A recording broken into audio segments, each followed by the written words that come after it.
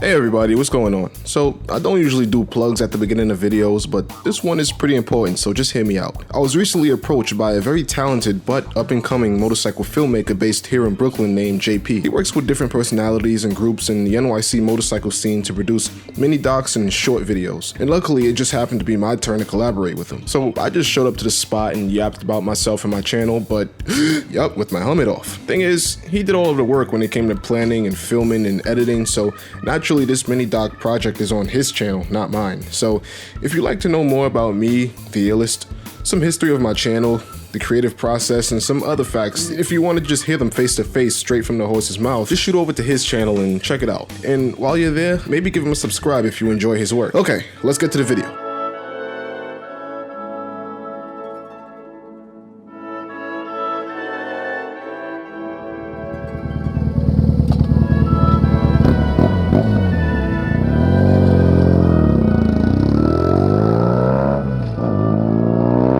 That sound is absolutely unmistakable, because in the same way that Ducati has their Desmo L-twin and Harley Davidson has its 45-degree potato V-twin, and whatever other examples of synonymous engine types you want to bring up, BMW has their flat boxer twin engine. This is a format that they absolutely love, and it shows because they've been proudly running this architecture since the fabulous Roaring 20s. Yes, that's right, folks. Brand new for 1923 and straight out of that fatherland over yonder. The BMW R32. My. Variant Motorworks may have had its wings clipped after the Treaty of Versailles, but gosh by golly, this side-valved, air-cooled, and collectively 494 cubic centimeter pushing cylinder heads may as well be sporting ailerons, because this unusual format has its two cylinders at 180 degrees opposed to each other. The R32 was the first motorcycle ever produced under the merged company of BMW, and it firmly established a boxer twin shaft-driven layout that exists all the way up to this very day. Hell, BMW never produced and actually sold a chain-driven motorcycle until 1994 with the F650.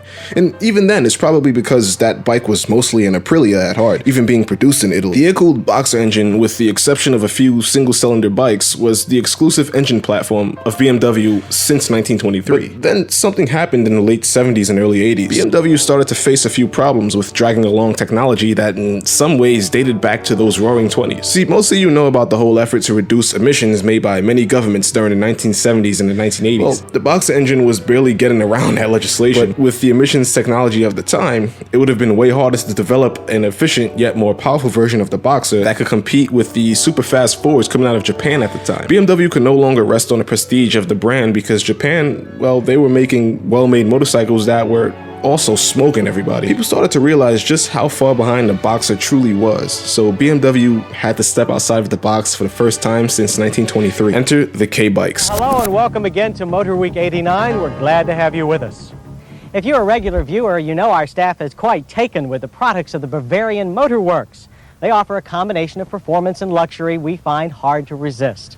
We recently spent some time with another kind of BMW, one that offers the same performance and prestige as a BMW car, but with only half as many wheels. Almost anyone can tell you that this is a BMW, but this is a BMW too. The IS's two-wheel equivalent is the top-of-the-line K100 RS Special. Like all BMWs, the Special is a feast for the eyes. Steel, aluminum, and fiberglass are blended together to produce a form that proudly states its European sporting heritage. Already, some of you may be thinking that this may at last be your cheap BMW. We're sorry to burst your bubble, but the K100 RS Special is not inexpensive. Though the Special may live on the opposite end of the motoring spectrum, both it and the 325 IS are strikingly similar in technology and purpose. The 1-liter inline 4-cylinder of our test bike is also fuel-injected, one of the few motorcycle engines that is. Power reaches the rear wheel by way of the BMW pioneered shaft drive system. Flip the electric starter, and the engine roars to life, producing a lovely Teutonic rumble.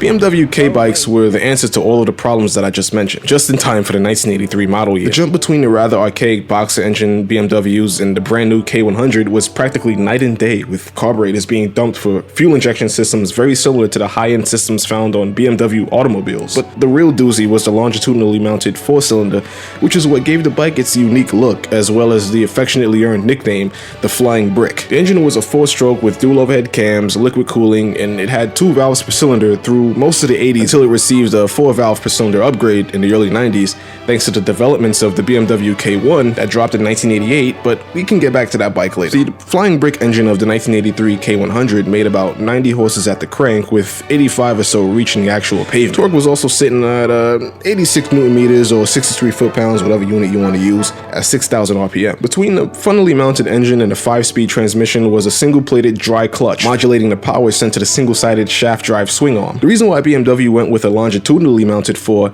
is that it just worked best with the shaft drive, as a normally mounted inline 4 would have needed 2 bevel drives to change the direction of the rotating power of the engine, so to speak, which would have sapped more power from the rear wheel, whereas the current setup only needs one 90-degree bevel drive. Brakes were Brembos all around, but not really good Brembos, just twin disc 2-piston calipers up front and a single one in back. They do the job. The thing to remember is that all of this kind of culminated into a massive departure from anything that BMW had produced for the past 60 years. And it was a expensive departure too, costing BMW $110 million altogether in R&D. The K100 was available in 3 different trims: the standard naked K100, the sporty clip-on and half-fairing packing K100 RS, and the touring-oriented K100 RT. The K100 was an extremely unique bike, but the thing is, it wasn't very fast, and even though the engine was quirky and interesting, it was pretty lackluster when it came to actual specs. See, BMW had to think outside of the box and get really innovative to prove to the world that it can make bikes with standards as high as its automobiles. It also had to take notes from Japan whilst also making sure that it differentiated itself just enough to be appealing in different ways. It also had to sort of make sure that it catered to the part of its 60-year-old fan base that still only wanted to fuck with something similar to the tried and true simplicity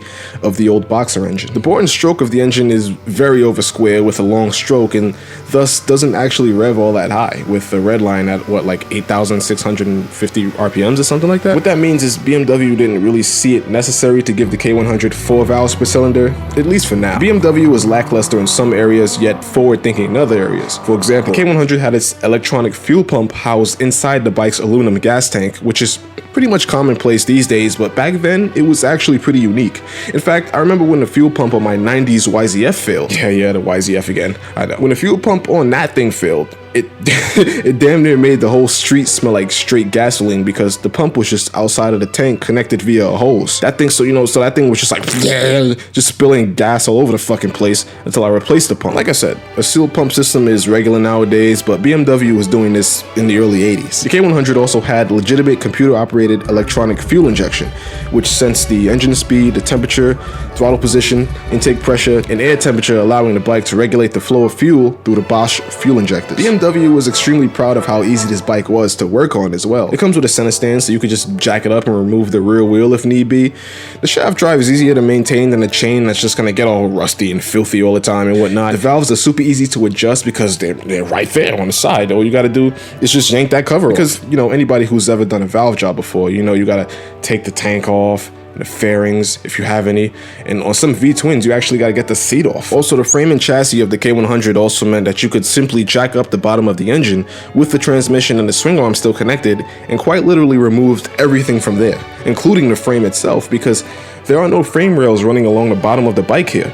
Not even behind the engine. All of the mounts are basically above the engine, so you could literally lift the backbone off of this bike. It's awesome. Everything just sort of sits on top of the running gear itself. The K100 was released for the 1983 model year, but that wasn't the only model that they made at first when it comes to the K-bikes. There was also the K75, which was almost identical. It just had an inline triple instead. So the differences between this and the K100? Not many. Again, this one had a 740cc triple that made 75 horsepower, but apparently only made 68 horsepower in the United States to meet emissions, which is pretty trash. The K75, however, is reportedly much more smoother than its big brother, thanks to its balance shaft technology. Besides the engine, the frame is naturally slightly changed to house a smaller motor with a smaller tank and radiator, but it still actually had the identical geometry and the same wheelbase as the K100, sharing 80% of the parts as the K100 as well, so really there's no reason to get much deeper into it than that. The next bike was the BMW K1, introduced in 1988 that I mentioned earlier. See, the market as well as BMW knew that the K100 was not only not the fastest bike around, but it was also more biased towards touring and standard markets rather than the sport market. Even the sort of sporty K100 RS was still big, heavy, and plush, and it wasn't very aerodynamic either. BMW wanted to properly address the sport market with a fully fed 100 plus horsepower sport bike. Thing is, horsepower for motorcycles produced in Germany was limited to a maximum of 100 horsepower, which the K1 easily made with its K100 derived engine improved with 4 valves per cylinder, higher compression, lighter components, and a better fuel system. BMW just didn't want to rock the boat by bringing the K1 higher than 100 horses, so they had to turn to aerodynamics. The bike was extremely aerodynamic with a fully enclosed chassis and bulbous tail section, making it undisputedly the most aerodynamic production bike of the time. This fact also made the bike an excellent sport tourer because, well, what is wind when you're behind the helm of this thing, you know? In fact, I'm kind of getting Buell RW vibes from this bike, aren't you? But the thing is, it faced the same problem that the K100 and 75s faced. The Japanese were making faster and lighter motorcycles that cost way less than the Beamers, which hurt the sales of the bikes and also the attractiveness of the go-fast market that BMW was trying to get a foothold in. The BMWs rode totally different than anything else, but they didn't do speed and handling like the Japanese did. This year, the K100 also got the ABS system, and the 75 did eventually as well, placing the K-bikes among the first production motorcycles to roll out with ABS systems. BMW also made a K1100, which was on par with the newer 16-valve machines like the updated K100 and the K1, but with 1100 cc's instead. Still limited to 100 horsepower though. And then the K1200 was much later on in a totally different chassis, finally breaking past that 100 horsepower barrier with a respectable 130 ponies.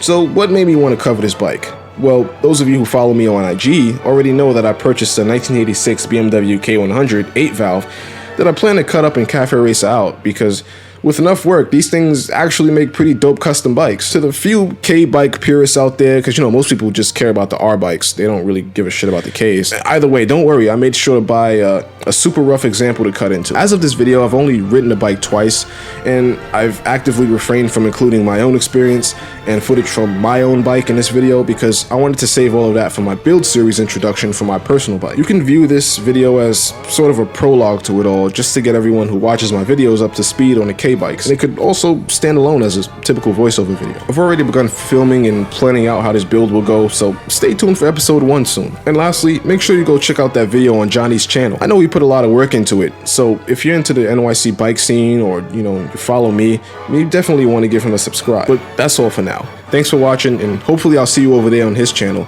If not, then, well, then I'll see you on the next one.